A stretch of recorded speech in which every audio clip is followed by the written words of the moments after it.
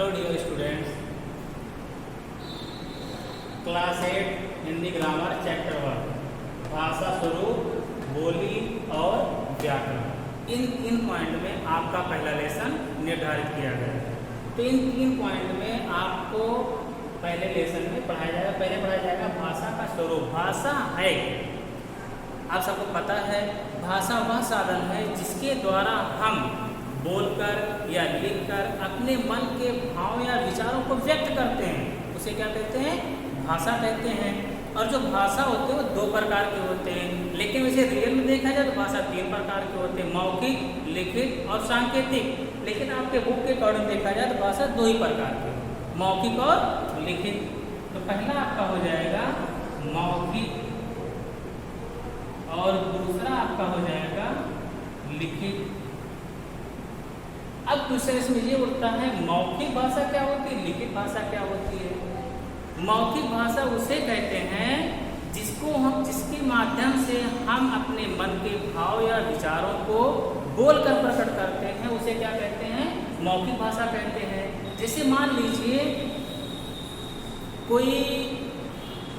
हम ही आपको पढ़ा रहे हैं, तो ये जो बोल रहे हैं ये कौन सी भाषा हुई? मौखिक भाषा हुई। या मान लीजिए कोई नेता हो, भाषण दे रहा हो, स्पीच दे रहा हो, तो कौन सी भाषा हो जाएगी? मौखिक भाषा, क्योंकि कुछ न कुछ वो बोलेगा ही, केवल लिख कर ही तो समझाया नहीं जा सकता है। तो जो बोलकर समझाने का प्रयास करेगा उसे क्या कहेंगे? मौखिक भाषा। अर्थात अपने मन के भाव और विचार को जो हम बोलकर प्रकट करते हैं वही होता है मौखिक भाषा। इसके बाद दूसरा आपका आता है लिखित भाषा। अभी लिखित भाषा क्या है? लिखित भाषा उसे कहते हैं जिसके माध्यम से हम अपने मन के भाव विचार, जो भी हमारे मन में भाव आ रहे हैं, जो भी विचार आ रहे हैं, उसको हम यदि किसी के सामने लिखकर प्रकट करते हैं तो उसे कहते हैं लिखित भाषा। जैसे मान लो कोई स्टूडेंट हो, एग्जाम दे रहा है, पेपर दे रहा है, तो क्या करेगा? ओरल तो बोलेगा नहीं कि वो बोलकर ही पेपर दे दे, उसको लिखना पड़ेगा। तो लिखेगा, जो लिखने का जो कार्य कर रहा है, अर्थात उसने क्वेश्चन याद की, किस क्वेश्चन का क्या आंसर देना चाह रहा है वो, तो बोलकर तो देगा नहीं, तो लिखकर ही देना पड़ेगा। तो वही जो परीक्षा दिया जाता है उसको भी क्या कहते हैं? लिखित भाषा कहते हैं। अर्थात परीक्षा देना लिखित भाषा में आएंगे, पत्र लिखना ये भी लिखित भाषा में आएंगे। मान लीजिए हम मोबाइल पर किसी से बात कर रहे हैं तो लिखित भाषा तो होगा नहीं, वो कौन सी भाषा हो जाएगी? मौखिक भाषा। अब मान लीजिए हम बात ना करके मैसेज भेज रहे हैं, जो मैसेज भेजेंगे वो क्या हो जाएगा? आपका लिखित भाषा हो जाएगा। आपकी बुक में 2 ही दिया गया, लेकिन एक तीसरा भी होता है सांकेतिक भाषा, उसको भी आप लोग समझ लीजिए। सांकेतिक भाषा उसे कहते हैं जब हम अपने मन के, जो भी हमारे मन में चल रहा है, अगर उसको हम संकेत या इशारों के माध्यम से समझाने का प्रयास करें तो उसे क्या कहते हैं? सांकेतिक भाषा कहा जाता है। जैसे मान लीजिए एक ट्रैफिक हवलदार है, वो क्या करता है? इशारा करता है कि इस साइड वाले पहले जाएंगे, इस साइड वाले रुक जाएंगे। हाथ देता है, इधर हाथ दिया तो मान लो वो आने लगे, फिर इस तरह से हाथ दिया तो वो रुक गए। तो इसे क्या कहते हैं? सांकेतिक भाषा कहते हैं। क्योंकि अगर वहाँ तो मौखिक भाषा का प्रयोग करेगा तो वो बहुत ज़्यादा मुसीबत में पड़ सकता है, इसलिए वहाँ पे क्या करते हैं? सांकेतिक भाषा का इस्तेमाल करते हैं। इसलिए मुख्यतः देखिए जो भाषा का स्वरूप को 3 भागों में डिवाइड है, मौखिक, लिखित और सांकेतिक। लेकिन आपको केवल 2 ही पढ़ना है, मौखिक और लिखित। ये समझ में आ गए मौखिक क्या होता है और लिखित भाषा क्या होती है।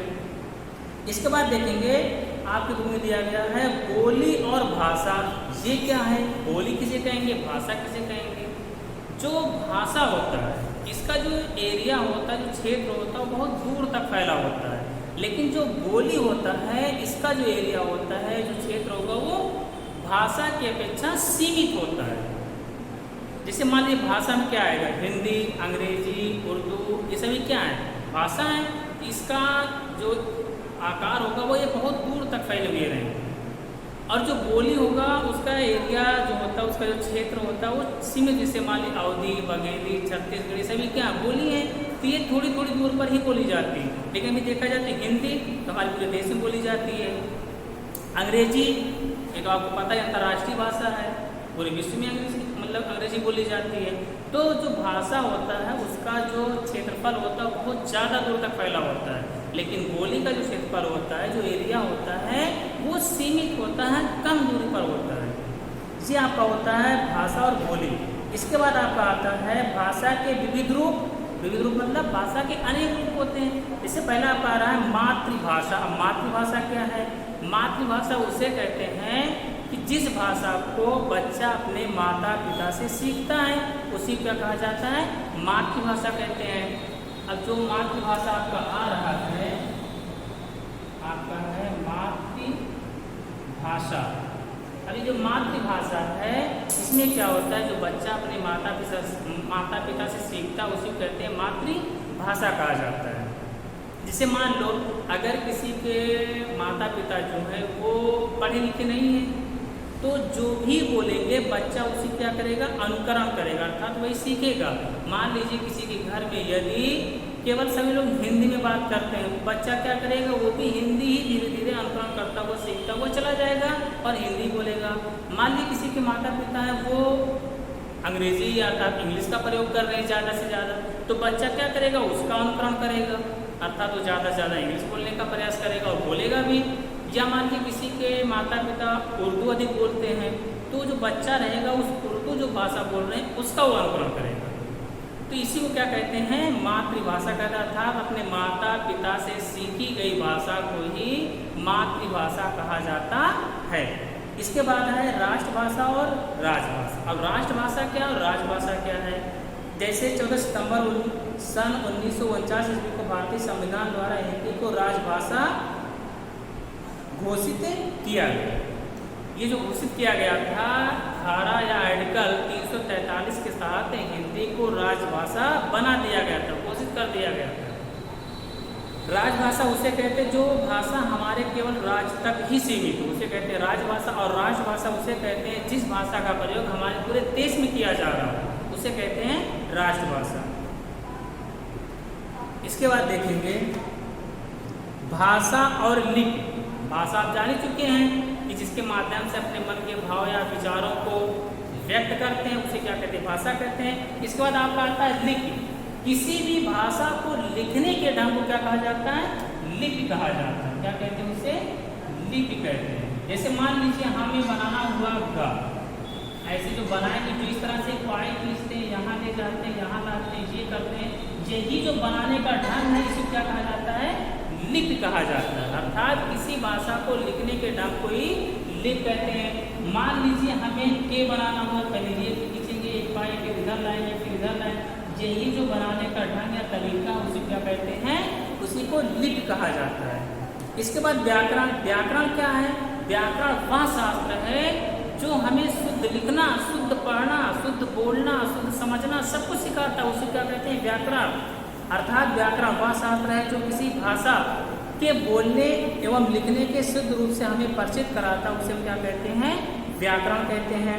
और व्याकरण के जो भाग होते हैं, व्याकरण के कितने भाग होते हैं? 3 भाग होते हैं। 3 भाग होते हैं। पहला आपका होता है वाण विचार होता है, दूसरा आपका हो जाएगा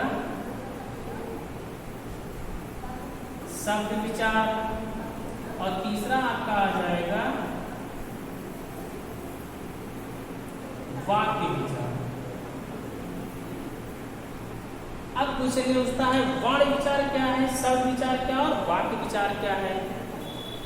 वर्ण जो होता है किसी भाषा या ध्वनि का जो लिखित रूप होता है उसको क्या कहते हैं? वर्ण कहते हैं। और आप लोग एक और समझ लीजिए, वर्ण और अक्षर में क्या अंतर है? वर्ण किसे कहते हैं और अक्षर किसे कहते हैं? वर्ण और अक्षर दोनों में बहुत अंतर है। वर्ण उसे कहते हैं जिसका और टुकड़ा ना किया जा सके, उसे क्या कहेंगे? वर्ण कहेंगे। और जिसका और टुकड़ा किया जा सकेगा उसे क्या कहेंगे? अक्षर कहेंगे। इसे मान लीजिए छोटा आ, इसका हम और अधिक टुकड़ा या खंड नहीं कर सकते, इसलिए इसको क्या कहते हैं? वर्ण कहते हैं। अगर हम लिख दें का को हम खंड में बांट सकते हैं, इसका और अधिक टुकड़ा हो सकता है, इसको कर सकते हैं का हलन प्लस छोटा, अर्थात इसको हम तोड़ सकते हैं। जिसका टुकड़ा हो जाए उसे कहते हैं अक्षर, और जिसका खंड या टुकड़ा ना हो उसे क्या कहा जाता है? वर्ण कहा जाता है। जैसे मान लीजिए छुट्टी है, अब इसका टुकड़ा हम नहीं कर सकते, इसकी से क्या कहते हैं, वर्ण कहते हैं। मान लो अगर दे दिया जाए खा, तो खा को हम खंडों में डिवाइड कर सकते, इसका टुकड़ा कर सकते हैं। इसको क्या लिख सकते हैं, खा हला छोटा, अर्थात जो खा उसे क्या कहेंगे, अक्षर कहा जाएगा। तो वर्ण आप लोगों को समझ में आ चुका होगा कि भाषा या ध्वनि के लिखित रूप को वर्ण कहते हैं, ठीक है। और वर्ण अगर पूछा जाए तो वर्ण छोटा, छोटी, छोटाउदी यही वर्ण है। बाकी जितने बच रहे हैं सभी अक्षर के अंतर्गत ही आते हैं, क्योंकि उसका हम खंड कर सकते हैं। जैसे मान लीजिए अगर ए दे दिया जाए, ये वर्ण है या अक्षर, तो आप बताएंगे ये अक्षर है, वर्ण नहीं, क्योंकि इसका भी हम खंड कर सकते हैं, क्योंकि इसे क्या कहते हैं, संयुक्त स्वर भी कहा जाता है।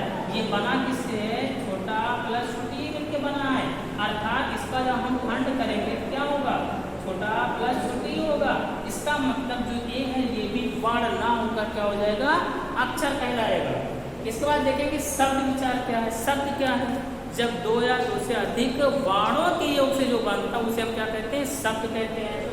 फिर इसके बाद आपका आता है वाक्य विचार क्या है। वाक्य जो होता है वो दो या दो से अधिक शब्दों के मेल से बनता है, उसे हम क्या कहते हैं, वाक्य कहते हैं। तो इसके बाद आपके बुक में जो दिया गया है इसको आप लोग अच्छे से फिलअप कर लेंगे, ओके।